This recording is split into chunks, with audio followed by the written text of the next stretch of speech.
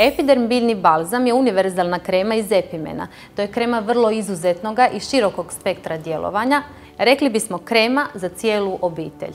Danas je koristimo u mnoge svrhe, a najdjelotvornija je kod sljedećih stanja i bolesti. Pomaže kod hemeroida i strija, te je vrlo često koriste trudnice. Vrlo brzo zacijeljuje opekotine, površinske rane i upaljene vene.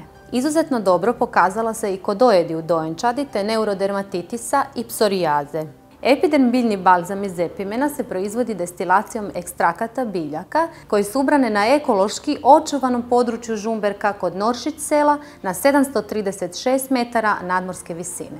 Proizvod je potpuno prirodan te ga se može koristiti bez ikakvih negativnih nuspojava. Biljni balzam Epiderm upotrebljava se na način da oboljelo mjesto operete fiziološkom otopinom, lagano ga i tanko namažete 2 puta dnevno. Već nakon nekoliko dana vidljivi su rezultati korištenja, a u nekim slučajevima rane koje nisu mogle zacijeliti veoma dugo, nakon korištenja epiderme zacjeljuju. Kod psorijaze, neurodermatitisa i seboreje dolazi do poboljšanja stanja kože do te mjere da se koža u velikoj mjeri normalizira. Prije 2 godine dijagnosticiran mi je seborejčni dermatitis i usprkos lijekovima koji su mi prepisani, koje sam uredno trošila, crvenilo i zategnutost lica nije prolazilo.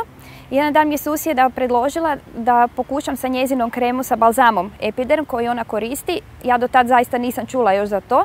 Pokušala sam, namazala sam 2 puta lice, crvenilo, zategnuto, sve povuklo se. Ne? Epiderm je postao sastavni dio moje kućne apoteke od sitnih nezgoda tipa opekline za vrijeme kuhanja ručka, poprskano ulje do sunčane opekline od sunca. Zaista je čudotvoran i pomaže u svemu.